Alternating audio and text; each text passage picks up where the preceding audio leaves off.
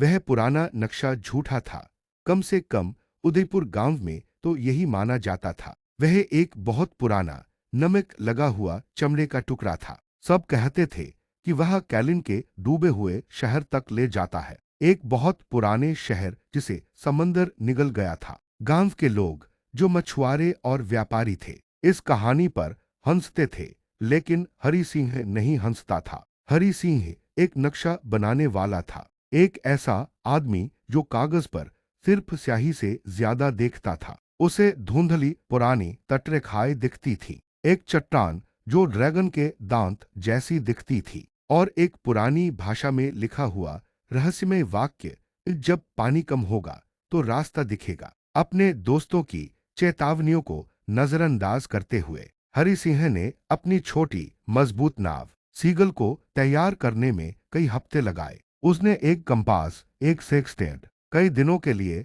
सूखी मछली और अपनी सबसे खास चीज पैक की, एक गोताखोरी की घंटी जो उसने खुद बनाई थी। यह एक अजीब सा भारी पीतल और लकड़ी का उपकरण था, लेकिन समुद्र की गहराई तक पहुंचने की उसकी यही एकमात्र उम्मीद थी। बसंत के विषुव के दिन, जब ज्वार सबसे कम था, हरि सिंह ने अपनी यात्रा शुरू की। समंदर शांत था, उसकी सतह आसमान का आईना लग रही थी। नक्शे पर दिए गए रास्ते पर चलते हुए वह 2 दिनों तक चलता रहा।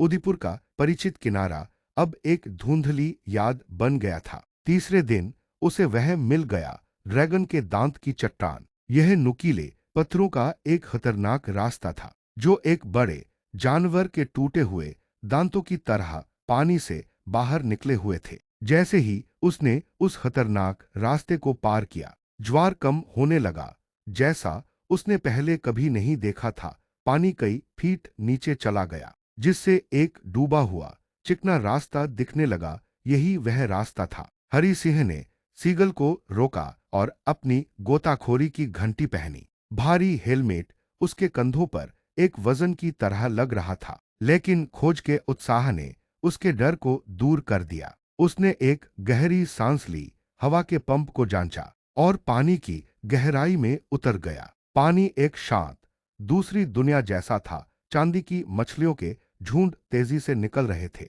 वह डूबे हुए रास्ते पर चलता रहा। उसके जूते कीचड़ के बादल बना रहे थे, और फिर उसने उसे देखा। रेतीले समुद्र तल से एक विशाल मेहराब ऊपर उठ रहा था, जिसकी सतह समुद्री जीवों से ढकी हुई थी। वह उसके अंदर से तैरा, और जो नजारा उसने देखा, उसने उसकी सांसें रोक